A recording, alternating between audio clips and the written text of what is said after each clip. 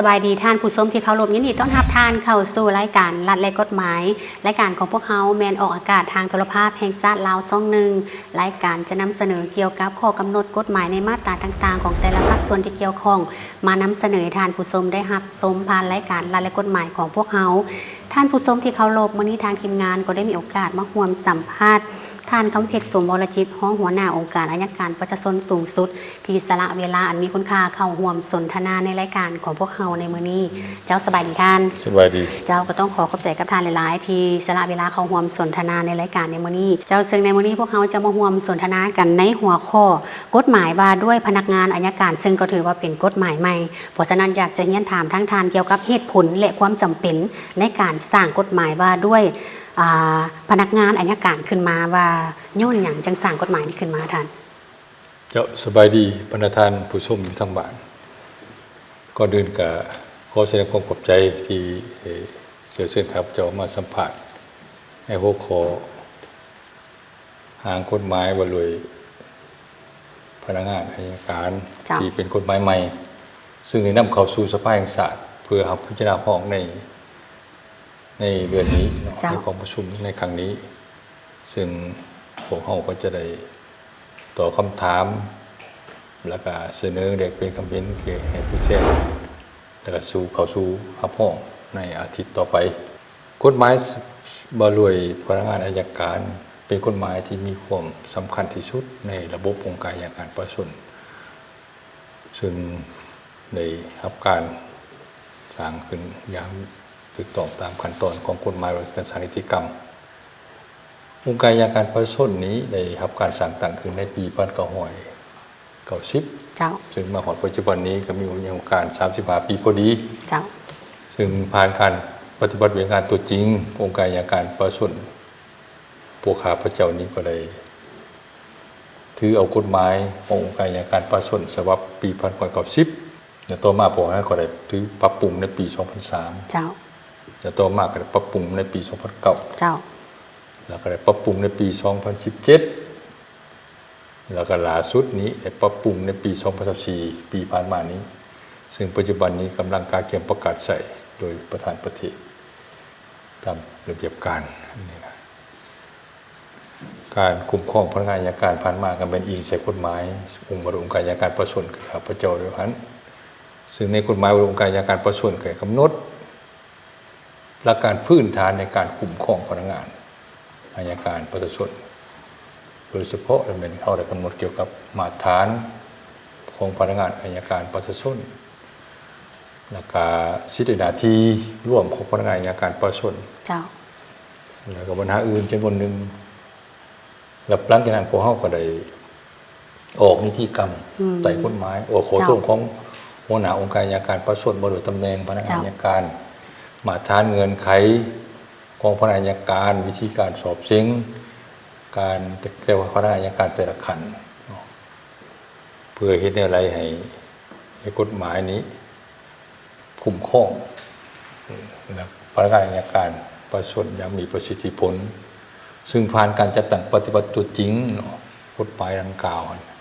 ก็มีผลสำเร็จให้พนักงานอัยการประชาชนในขอบเขตทั่วประเทศได้รับการก่อสร้างบำรุงจัดว่างแล้วก็มีความเติบโตเข้มแข็งสามารถขับเคลื่อนงานอัยการประชาชนในขอบเขตทั่วประเทศอย่างนี้ครับผลดีอันนี้เป็นผลสำเร็จแน่นอนแต่ว่าถึงว่าพวกเขาจะมีผลสำเร็จคือได้กล่าวมาหันแต่ผ่านการจัดตั้งปฏิบัติจริงก็ยังเห็นว่ามีหลายอันยังไม่ทันครบถ้วนมันโดยเฉพาะในเรื่องอันที่หนึ่งในสิทธิหน้าที่มาตรฐานการสอบเสียงการประเมินผลการเลื่อนขันการติดตามกฎการะบบเงินอุดหนุนวิชาชีพแล้วก็ข้อห้ามของพนักงานอัยการประชาชนยังบ่ได้รับการกำหนดก็จึงเหตุให้การยังนอนพูดยังจึงมีความจำเป็นพอตัวสร้างกฎหมายเอาหรือพนักงานอัยการซึ่งกำหนดหลักการพื้นฐานในการคุ้มครองพนักงานอัยการอย่างครบสุดพร้อมกันนั้นก็เห็นว่าสภาพเศรษฐกิจสังคมของโลกปัจจุบันนี้มันมีความเชื่อมโยงกับภาคพื้นในสากลเป็นอย่างดี ซึ่งอันนั้นมันเล็งท่วงให้ เจ้า องค์การอัยการประชาชนพวกเราตัวนี้ปรับปรุงตัวเองโดยเฉพาะนี่มันตัวนี้ก่อสร้างพลังงานอย่างมีวิทยาศาสตร์ อืม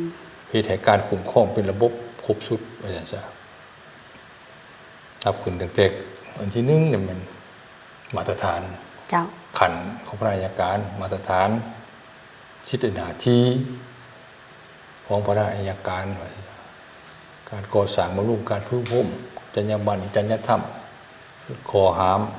ร่วมทั้งการประทับเป็นมันเป็นระบบครบสุด เจ้า เพื่อเฮ็ดอะไรเฮ็ดให้พวกเฮานี่มีพระอัยการที่มีคุณภาพ เจ้า หมายว่าสามารถปฏิบัติหน้าที่ในการที่ตั้งกฎการดำเนินคดีตามกระบวนการยุติธรรมอยู่สปปลาวอยู่ต่างประเทศได้เป็นอย่างดีอันนี้มันพร้อมกันนั้นพวกเราก็เห็นว่าวันประเทศเพิ่นมียุทธศาสตร์สเวียดนามสปจีนเพิ่นก็มีกฎหมายบริองค์การพนักงานอัยการประชาชนของเพิ่นและประเทศอาเซียนจำนวนหนึงก็มีพร้อมกันนั้นผู้พิพากษา เจ้า ก็มีกฎหมายบริผู้พิพากษาทนายควบก็มีกฎหมายบริทนายควบหรือพนักงานทนายควบ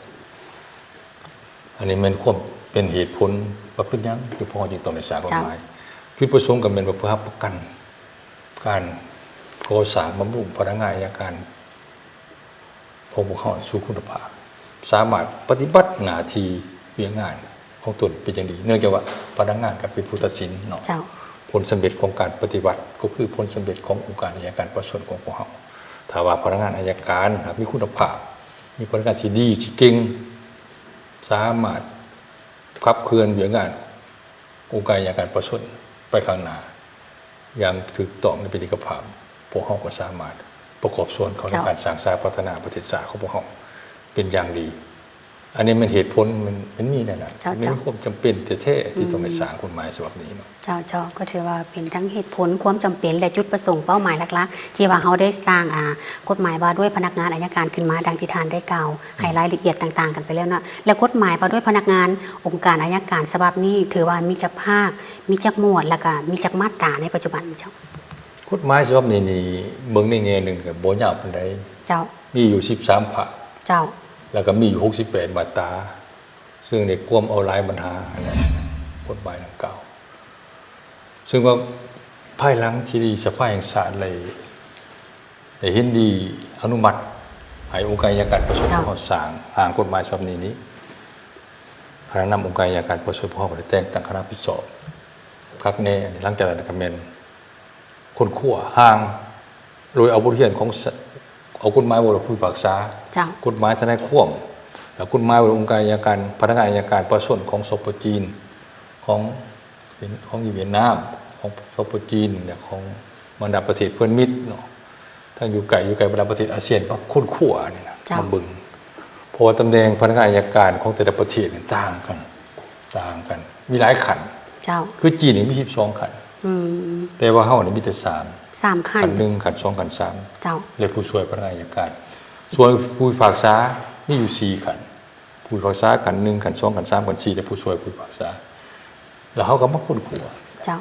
หลังจากค้นคว้าแล้วก็เป็นสำเร็จแล้วพ่อก็นำเอาไปถามมีในขอบเขตทั่วประเทศแต่จัดกองประชุมถามเฮ็ดเวียกกับศาสตราจารย์อาวุโสอาจารย์เกตเนี่ยอาจารย์ละวอนเนี่ยอาจารย์อื่นว่าซั่นซะแล้วก็ให้องค์การอัยการประชาชนท้องถิ่นองค์การอัยการทหารเนี่ยถามตามขั้นตอนของกฎหมายบริษัทที่กับคักแน่มีผู้กระวมพันกว่าคน โอ้ ซึ่งไหลคำเห็นหลายผู้แทนในให้คำเห็นประกอบส่วนสำคัญแล้วก็พวกเขาก็นำเอาคำเห็นของผู้แทนมาปรับปรุงหากฎหมายฉบับดังกล่าวถือว่าสมบูรณ์สมควร เจ้า อันนี้นะอันนี้มันการสั่งคนขวดสั่งแล้วก็ห่างกฎหมายดังกล่าวมันนี่นั่นเนี่ย เจ้าก็ถือว่าเป็นห่างกฎหมายรายละเอียดต่างๆ ดังที่ทานได้กล่าวมา และต่อกับการขึ้นผ่านห่างกฎหมายมาด้วยพนักงานอัยการของสมาชิกสภาแห่งชาติแม่นให้ความสนใจต่อกับปัญหาใดหลายที่สุดเจ้า ปัญหาที่ผู้แทนได้ประกอบคำเห็นมีอยู่33ฐาน โอ้ ที่ว่าหลาย เจ้า มีอยู่100ผู้ปลายผู้ปัญหา โอ้ กวมเอาอยู่39มาตรา เจ้า หมายความอยู่ใน68มาตราที่ว่าครึ่งนึงเนี่ย39มาตราที่ว่าหลายแต่ว่าก็มีผู้แทนประกอบรายกันหลายอยู่แต่สังรวมเนี่ยมันติดพันกับ39 เจ้า 39มาตรา ส่วนใหญ่นี่ผู้แทนนี่สนใจในเป็นเรื่องซื่อเอิ้น สื่อเอิ้น ซื่อกฎหมาย สื่อเอิ้นกฎหมาย เป็นยังจะบ่เอิ้นกฎหมายบ่โดยพนักงานอัยการประชาชน เจ้า ผู้แทนสนใจเป็นยังผู้ใส่ผู้งานอัน เจ้า ปัญหาที่หนึ่งปัญหาที่สองหมายความว่ามาตรฐาน มาตรฐานมีมาตรฐานร่วม มาตรฐานเฉพาะ เจ้า ของพนักงานอัยการประชาชนกันหนึ่งกันสองกันสามผู้ช่วย เจ้า พนักงานอัยการเป็นยังโมครับผู้แทนเรื่องสนใจมันนึ่งอ่ะ เจ้า อายุ เจ้า อายุของพนักงานอัยการมันเริ่มจาก25 ปีเด้ขึ้นไปอันที่สองมานี่ผู้แทนสนใจมันเรื่องการศึกษา การศึก วุ ษา ฒิการศึกษา ของพนักงาน ของพนักงานอัยการ อืม อันที่สามมานี้ก็จะเป็นเรื่องทฤษฎี เจ้า การเมืองการปกครองนี้ เจ้า กับประกอบความเห็นล้ำไปล้ำมาเรียกว่ามาตรา13มันร้ายที่สุด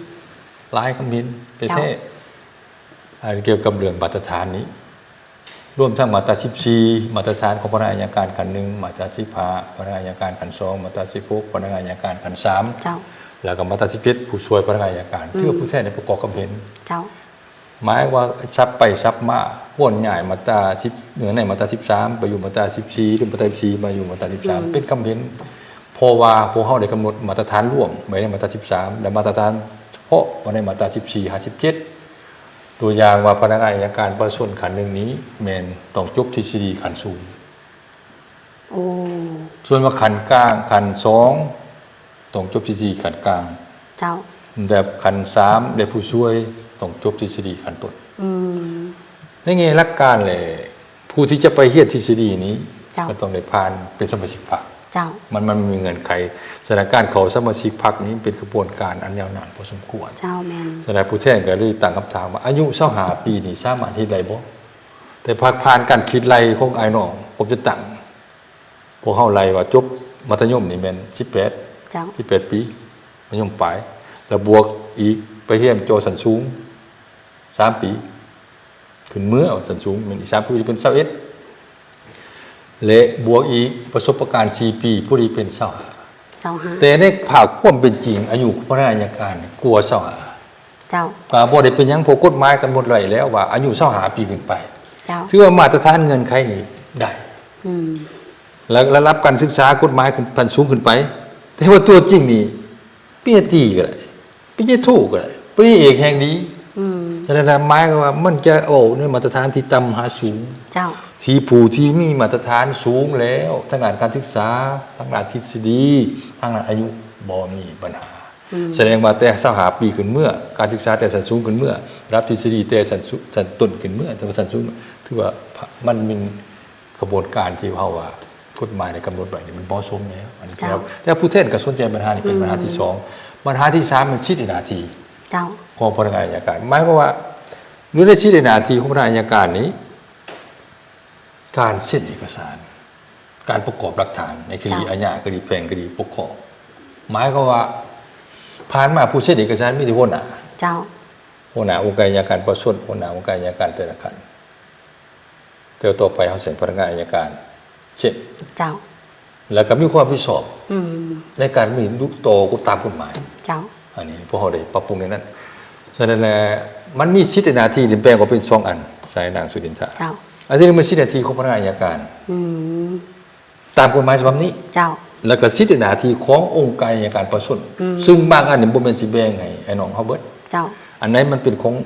หลวมขององค์การตัวอย่างว่าการสั่งฟ้อง เจ้า ตัวนี้มันหัวหน้าเซ็นอันนี้นะ อืม บ่อนุญาตให้พนักงานอัยการเซ็น เจ้า คำสั่งจับตัว เจ้า บ่ได้บ่ให้ลองเฮ็ดเพราะว่ามันก็ต้องได้ไปข่มรับผิดชอบ เจ้าเจ้า ต่อประเทศชาติต่อประชาชนหน่อยนึง เจ้า ว่าแม่นอันไหนควรอันไหนบ่ควรแต่ว่าผู้แทนเป็นห่วงนี่แม่นขั้นตอนในการเฮ็ดเวียก อืม เมื่อได้มอบคดีให้ไอ้น้องเนี่ยไอ้น้องสิบ่รักเส้นบ่ข้าพเจ้าคือว่าปัญหานี่บ่ต้องเป็นห่วงเพราะวิธีเวียกขององค์การอัยการประชาชนบ่ฮอดเป็นปฏิบัติตามหลักการรวมศูนย์ประชาธิปไตยที่เป็นหมู่คณะมีคนบุคคลรับผิดชอบ เจ้า สารคดีที่จะลงเส้นนี้แม่นได้ผ่านหมู่คณะเพราะว่าปัญหาคดีนี่มันสลับซับซ้อน อืม บ่มีไผจะสามารถคิดเองได้เฮ็ดเองได้ เจ้า อันโดยเฉพาะคดีที่มันยุ่งยาก อืม เอาตอนนี้มาร่วมกันมันสายหนีว่าแนวใดสายหนีว่าแนวใดในแง่กฎหมาย ในหลักฐานเป็นอย่างไรสามารถรับประกันในการสั่งฟ้องขององค์การอัยการประสงค์ในบอกตัวอย่างอันนี้มีโมตกเป็นห่วงแต่ในคดีที่มันนักพนักงานอัยการขันหนึ่งเช่นที่มันเบาลงมากขึ้นว่าในภาษากฎหมายว่าคดีอาญาในสถานค้ารู้โทษเจ้าไม่ไหนอัยการขันหนึ่งทู่ศาลรู้โทษอัยการขันสองค้า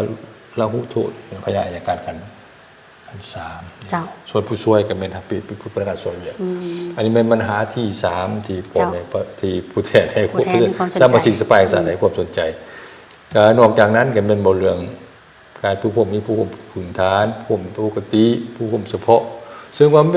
เป็นการกำหนดที่เหมาะสมที่สุดในการผมในหัวข้อต่างๆต่อมากับเรื่องขอหามตัวนี้ผู้แทนก็สนใจพอหามมีเป็นห่วงว่าเอาไม่ได้หนองละเมิดกฎหมายเข้าเสียใจอะไรก็ขัดอยู่ข้อประกอบกฎหมายในบอกแจงมาตราหา45บอกถึงขอหามโดยเฉพาะในตัวอย่างว่าการช่วยใส่หน้าที่ตำแหน่งผู้ประโยชน์นี่ประชาชนผู้แทนสนใจแล้วเวลาละเมิดขอหามมันนี้มาตรา66เลยบอกถึงมาตรการต่อผู้ละเมิดจะมีบุคคลนิติบุคคลในการต่างก็ร่วมทั้งพนักงานอัยการถ้าละเมิดเนี่ยพ้นของมันเป็นอย่างตามนั้นสุดท้ายพ้นของการละเมิดที่นึงถามว่าเพื่อเขาบอกการในคลิปก่อนนั้นนะการละเมิดนั้นนะถ้าว่าละเมิดขอหามหรือว่าละเมิดกฎหมายนี่พ้นมันเป็นการปฏิบัติวินัยพร้อมตัวเลยให้น้องลงไปกวดกากวดกาอันนึงถ้าว่าละเมิดกฎหมายในเงี้ยพนักงานราชการนี่เป็นระเบิดกฎหมายอันนี้กฎหมายบทพนักงานอัยการกฎหมายองค์การอัยการประส่วนกฎหมายราชการมันมีข้อห้ามต่างๆปฏิบัติวินัยตามขันวินัย4ขันนั่นเองก็มีกล่าวเตือนมีอย่างก็การปฏิบัติหน้าที่หรือว่าปลดสั่นปลดขันหรืออะไรออกจากเป็นพนักงานราชการมันกฎหมายกำหนดเนี่ยมาตรา72 73 74มากฎหมายว่าพนักงานราชการกฎหมายอันนี้ผู้แทนก็สนใจร่วมทั้งว่าการเขาหานบันเทิงหานกินดื่มในเครื่องกระเบียการแต่งตัวเด็กพนักงานการแต่งตัวก็ต้องในเหมาะสมอันนี้ต่อมาเป็นการประทับของพนักงานอัยการเพราะว่าไอ้ใจพ้นเช่นเลยหมายว่าฮับพิโซบตัวข้างในรู้เช่นก็ต้องมีการประทับโมเมนต์ของเจ้าได้ขอยมันของพนักงานอัยการอยู่ในองค์การอย่างว่ายุติธรรมสิมอบการประทับขันหนึ่งพนักงานอัยการขัน2ขัน3หรือเส้นไปใบขาเขาของเขาดีเนาะไปเส้นแต่ก็ไปจำการอยู่หันนำการร่วมไอ้เนาะคุ้มครองข้างในตามระเบียบการในปัญหาที่เกี่ยวกับการประทับตัวนี้แต่ตัวมาเรากระเบนมันยังการติดตามกฎการพนักงานอัยการการติดตามกฎการการปฏิบัติหน้าที่มันจะมีคณะคะแนนแล้วก็การกรรมการประเมินผลงานไปหลังปฏิบัติหน้าที่มาปีหนึ่งแบบอัยการแต่ละสหายแต่ละทานเหตุเวียกได้ดีแนวไหนก็เพื่อย่องย่อหรือเรือนขันอีกได้นี่นะเรือนขันอันนี้เป็นปัญหาที่ผู้แทนให้ความสนใจมีหลายก็ถือว่ามีหลายปัญหาที่ว่าผู้แทนให้ความสนใจต่อกับการขึ้นผ่านห่างกฎหมายมาด้วยพนักงานอัยการดังที่ทานได้กล่าวมาแต่ว่าตอนนี้จะให้ทานผู้ชมไปพักชมสิ่งที่น่าสนใจจากทางรายการของพวกเฮากันก่อนแล้วจึงกลับมาพบกันในระยะที่2ของรายการรัฐและกฎหมาย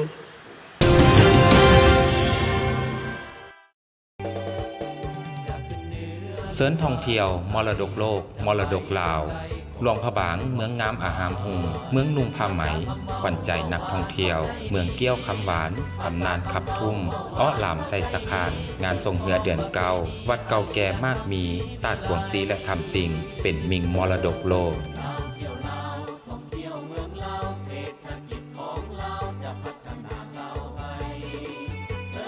เอกลักษณ์วัดภูกุหลาบปากเซกาเฟปากซองน้ำของตนคอนสีพันดอนลือนาม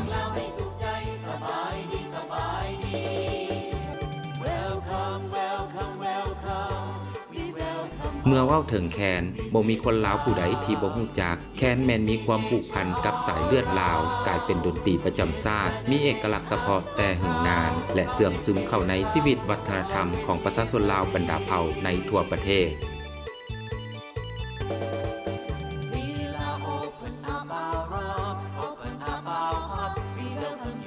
เสินเที่ยวเสียงขวางดินแดนผู้เพียงอันท่วมไก่อากาศเย็นสดใสทงให้หินลือนามสาวงามแดนเมืองควรเข้าใกล้น้อยหอมหวนมวลชนพุ่มลุมสามัคคี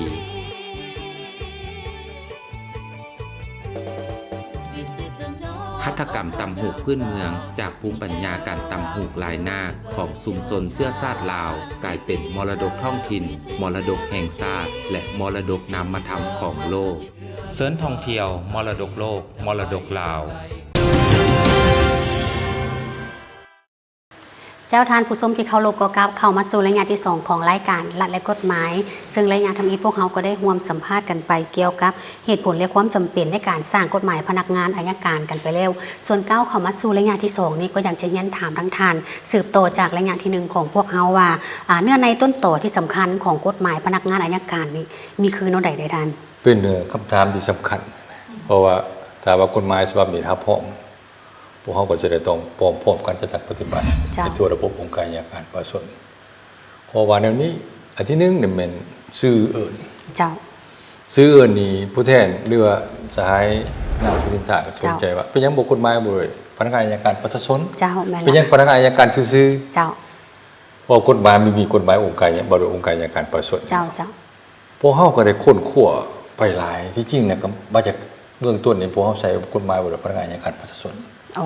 เนื่องจากว่าคำศัพท์นี้มันได้กำหนดอยู่ในกฎหมายองค์การอัยการประชาชนเจ้าแต่เมื่อเฮามาเบิ่งรัฐธรรมนูญมาตราของรัฐธรรมนูญได้กำหนดว่าพนักงานอัยการเจ้าที่อันนี้จึงเฮ็ดให้พวกเฮาต้องได้ใช้ชื่อกฎหมายพนักงานอัยการเจ้าอันพนักงานอัยการมีภายในบัดนี้เหตุผลที่2ของการกำหนดพนักงานอัยการแม่นว่าพนักงานมันอยากให้กฎหมายฉบับนี้มันใช้ได้นะครับพนักงานอัยการทหารอัยการทหารเพราะว่าคันเฮาบอกพนักงานอัยการประชาชนนี้มันสิมีแต่ภาคเบื้องภาคปกครองพี่เจ้าส่วนอัยการทหารอยู่เบื้องกำลังประกอบอาวุธของเฮานี่แล้วมันบ่กวมฉะนั้นโลกยิงตามรัฐธรรมนูญนั้นพวกเฮาจึงได้ใช้ชื่อกฎหมายบ่ได้พนักงานอัยการเจ้าแต่ว่าผู้แทนก็สนใจอยู่ว่ากฎหมายบ่ได้องค์การอัยการประชาชนนั้นผัดกวมเอากฎองค์การอัยการทหารเจ้านี่ในมาตรา11ของกฎหมายบ่เลยองค์การอัยการประชาชนได้บอกว่าองค์การอัยการประชาชนนี้เจ้ามีองค์การอัยการประชาชนสูงสุดองค์การอัยการประชาชนท้องถิ่นและองค์การอัยการทหารเจ้าแสดงบรรดาสหายร่วมที่ทยีฟังอยู่นี้ให้บอกว่าถ้าว่าบอกพนักองค์การเฮาต้องบอกองค์การอัยการประชาชนเพื่อจะให้มันรวมองค์การอัยการทหารเจ้าแต่ว่าอยู่บนไหนบอกว่าองค์การอัยการประชาชนไม่รวมทั้งองค์การอัยการทหารเจ้าแต่ว่าสำหรับพนักงานอัยการนี้ต้องบอกพนักงานอัยการซื้อแล้วมันจึงไปมีพนักงานอัยการทหารและพนักงานอัยการประชาชนตัวนี้เป็นคำศัพท์เกี่ยวกับสื่อไม่นั่นเอาอธิบายดังนั้นบรรทัดที่2นี้ก็คือได้อธิบายไปบางนึงนี่แม่นบ่เรื่องขันของพนักงานอัยการพนักงานอัยการมีอยู่3ขันขัน1ขัน2ขัน3และผู้ช่วยคำถามตั้งขึ้นมาเป็นยังบ่ลืมแต่เอาขัน3ใหญ่สุดเพราะว่าผู้พิพากษามีผู้พิพากษามีอยู่4ขันขัน1นี่มันน้อยสุดผู้พิพากษาขัน2ขัน3ขัน4นี่มันสูงสุดคือบ่เฮ็ดคือกันก็คือกันผู้แทนก็ถามขึ้นแต่ว่าก็แล้วเป็นหยังเหตุผลนี่ก็สิแม่นตอนคนครัวมีการนำองค์การอัยการประชาชนคนนู้นก่อนก็คือฐานสมพัฒน์ตัวเดียวหรือผู้ฐานอื่นให้เหตุผลว่าเรียนไส้ครับเจ้าเรียนไส้นี่ใหญ่สุดเป็นเรียนเนี่ยชั้น1โอ้บาดเสียงไปเสียงโรงเรียนเสียงที่ได้ที่บ่ที่รวยบ่มักที่รวยโอ้แม่นเหตุผลโอ้เขาเป็นที่1นี่เพราะว่าก่อนสิได้ที่1นั่นน่ะหรือว่าสิได้เรียนไส้เฮ็ดงานเรียนไส้เฮ็ดงานตัวเรียนไส้เฮ็ดงานหรือว่าเรียนกายเฮ็ดงานหรือว่าไส้เฮ็ดงานนั่นน่ะเจ้าก่อนสิได้ที่1มันต้องที่3ก่อนก็มีผลงานมีผลหลายผลงานเหมาะสมจังได๋ที่บ่แม่นว่าสิไปอันนั้นเหตุผลแม่นเบิ่งในเรียนไส้อัน2ว่าสเวียดนามเพิ่นก็เอาแนวนี้แกหมายแต่น้อยหาใหญ่ตัวไหนหาแต่ตามหาสูงเหมือนเจ้าอันนี้เหตุผลเพราะว่าหลายคนก็บอกว่าเป็นยังบ่คือกันเจ้าแม่นแต่ว่าผ่านการขุดคั่วของการอัยการประชาชนนี่คันบ่ให้นั่นอันนี้เป็นปัญหาที่2เรื่องที่2แม่นเนี่ยเรื่องคันเนาะอันที่3มันแม่นระบบการสิเลื่อนขันการเลื่อนขันของพนักงานหรือว่าวิธีการเลื่อนขันของพวกเราแม่นผ่านการสอบเสียงโอ้ต้องได้มีการสอบเสียงเอาโดยที่ว่าเฮาบ่ได้เบิ่งผลงานโดยรวมแล้วเฮาต้องได้ไปเสียงเอาเบิ่งแยงสอบเสียงเอาควบสามารถแต่นอกจากนี้อันที่2ประเมินผลหมายว่าพนักงานอัยการขัน1เจ้าพนักงานอัยการขัน1เนาะ มันบอกถึงมาตรฐานใดๆมาตรฐานเงื่อนไขหมายว่ามาตรฐานนี้ต้องเป็นพนักงานขันกลมจังมีสิทธิ์มาเสียง โอ้ เจ้าจังได้รับการประเมินผล เจ้าเจ้า เพราะว่าคันหนึงนี่ประเมินเอา เจ้า เหตุผลเพราะว่าเป็นยังบ่เสียงคือกัน อืม ย้อนว่าคันหนึงนี่มันพนักงานยุทธศาสตร์พนักงานอาวุโส โอ้ พนักงานขันสูงขององค์การอัยการประชาชน เจ้าเจ้า เป็นพนักงานขันกลุ่มเพื่อยุทธศาสตร์ขององค์การอัยการประชาชนแสดงว่าเสียงกับบ่เสียงก็ได้เพราะเป็นพนักงานขันสูงแหละ เจ้า ประเมิน เจ้า ผล เจ้า เพื่อเฮ็ดได้เพื่อให้มันเหมาะสมกับตำแหน่งพนักงาน เจ้าน ำพาคุ้มครองขันสูง เจ้าเจ้า ขององค์การอัยการประชาชนพวกข้าพเจ้าตอนนี้ประเมินผลอันนี้ล่ะ เจ้า ก็ไม่มีขนาดประเมินผล อืม หลังจากนั้นก็เห็นดีเบกภาพก็ตกลงปัญหาที่ซ้อมมาในนี้ พนักงานขันมีแต่ขันกลุ่มขึ้นเมื่อนี้ว่าบ่เรื่องพนักงานขันกลุ่มนี้แม่นผิดพันกับเบียกผัก เจ้า ว่าขันกลุ่มพนักงานขันกลุ่มสิเป็นพนักงานอัยการขันหนึ่งนี่มีพนักงานหัวหน้ากรมห้องหัวหน้าองค์การอัยการประชาชนผักขึ้นเมื่อคณะนำองค์การอัยการประชาชนสูงสุด อืม หัวหน้าองค์การอัยการประชาชนแขวงนครหลวงเท่านั้นแหละ อืม ผู้อื่นบ่ให้เหตุผลบัดนี้เป็นยังบ่ให้เสียงเบิดว่าเป็น เจ้า เบิ่นผลเบิดเฮาว่าเบิ่งกำลังประกบอาวุธทหาร เจ้า อาจารย์มันจะได้ผลบ่ทุกคนน่ะนี่จัง ว่าบ่ไผก็อยากเป็นไอ้น้องก็อยากเป็นแต่ว่า เจ้า ตัวนี้มันต้องมีกำหนดเพดาน อืม กำหนดกรอบไว้ กำหนด เพราะว่าก รอบ ตำแหน่งในพ้นนี้ เจ้า มันต้องติดพันกับตำแหน่งบริหารเห็นตัว เจ้า คือหัวหน้ากองบัญชาการปกสแขวงตัวอย่าง เจ้า ก็ติดพันอัยการก็คือกัน อ๋อ ไปบ่เป็นหัวหน้าอัยการแข่งบ่ได้คันหนึงบ่อยบ่มีสิทธิ์มาเอาให้เพราะว่าหยังการนำพามันต้องเป็นจอมทาน เจ้า มีผู้บนนำพาบรรษา เจ้า ก็มีไอ้น้องอยู่ท้องถิ่นแต่ปัจจุบันต้องหลายอันนี้ เจ้า ขันสองขันสามโดยเฉพาะขันสามกับผู้ช่วยต้องหลาย อ๋อ หมายถึงขันบ่อันอันนี้นะไผมีเงินใครให้เสียงเบิดให้อะไรเบิด อืม แต่ว่าคณะการนำพาคุ้มครองมันจะเป็นคือจอมทาน เจ้า มันจะสามารถนำพาบรรษากันได้ เจ้า เพื่อรักษาคุมสามัคคีเป็นเอกภาพภายในหมู่คณะในการคุ้มครองนั้น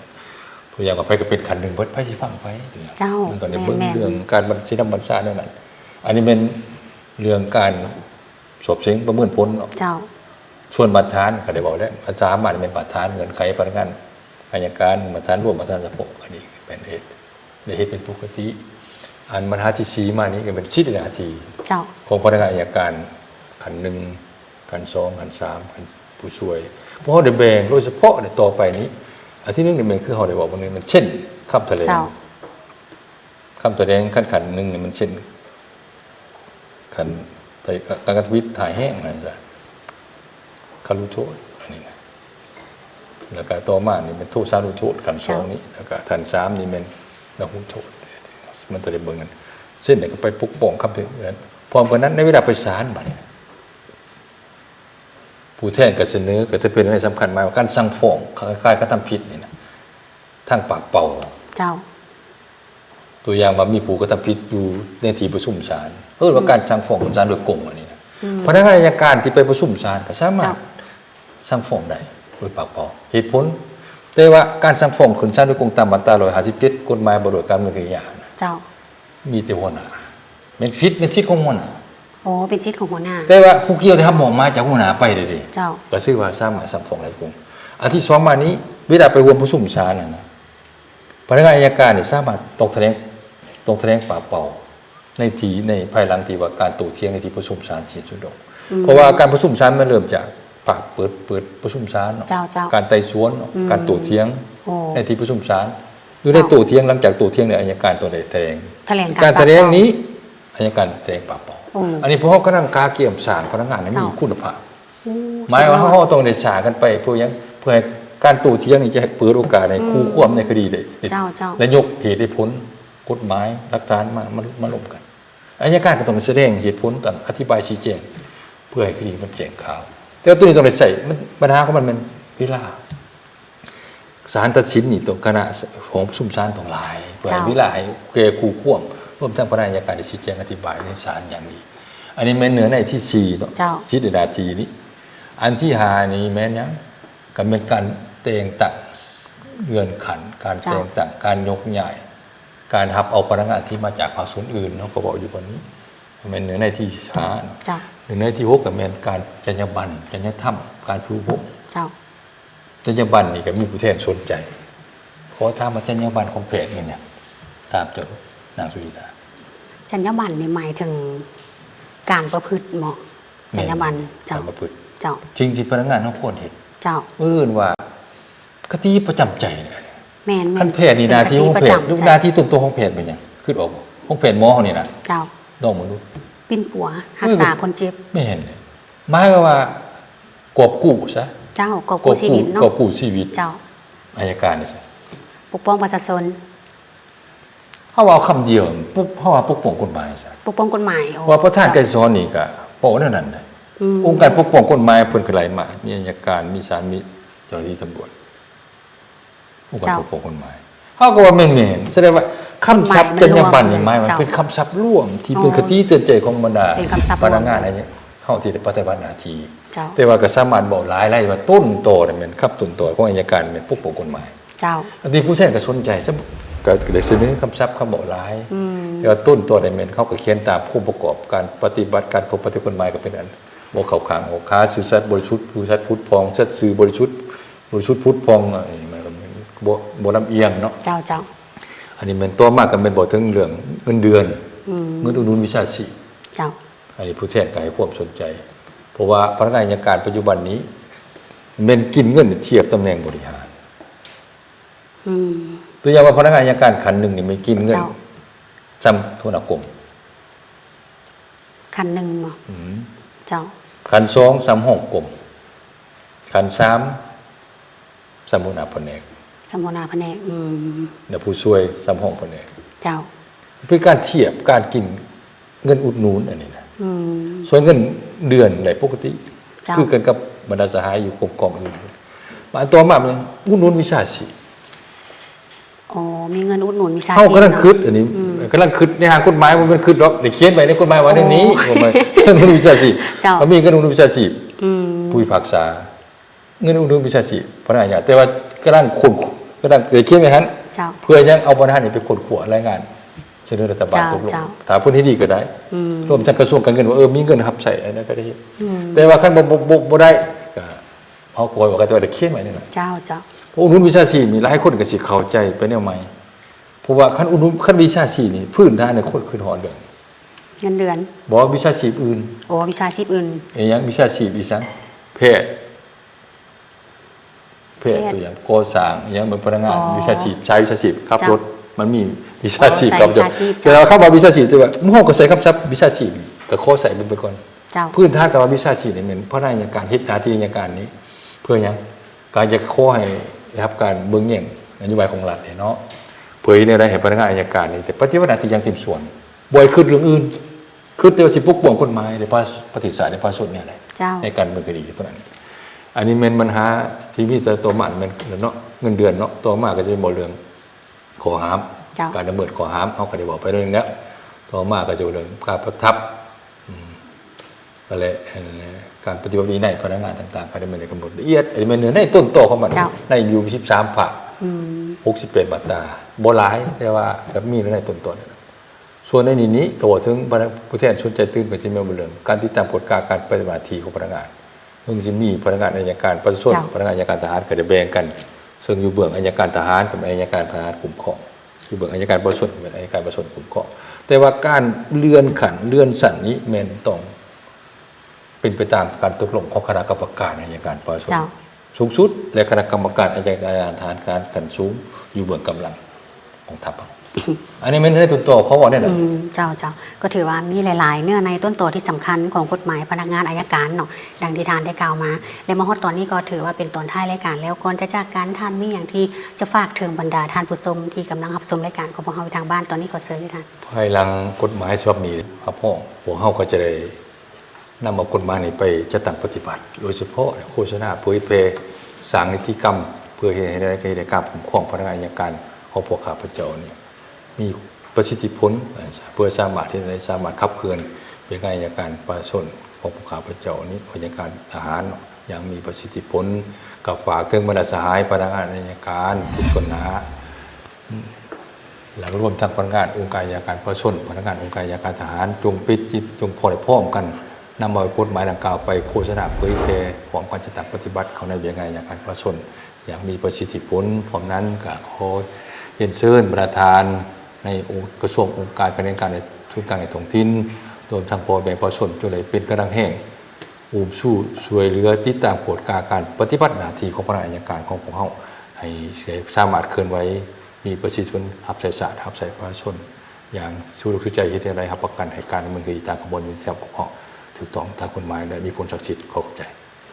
จากและมาฮอดตอนนี้รายการรัฐและกฎหมายก็ต้องขอบใจกับท่านอีกครั้งหนึ่งที่สละเวลาเข้าร่วมสนทนาในรายการในมื้อนี้และก็ต้องขออวยพรไส้อันประเสริฐให้ท่านนั้นประสบผลสำเร็จในหน้าที่เรียกงานทุกประการขอบใจหลายๆท่านขอบใจเจ้าท่านผู้ชมที่เคารพมาฮอดนี้เวลาของรายการรัฐและกฎหมายก็ได้หมดเวลาลงเพียงเท่านี้พบกันใหม่โอกาสหน้าสำหรับมื้อนี้ข้าพเจ้าสุรินทราสุทธิธรรมพร้อมด้วยแขกรับเชิญขอลาท่านผู้ชมไปก่อนโชคดีสวัสดี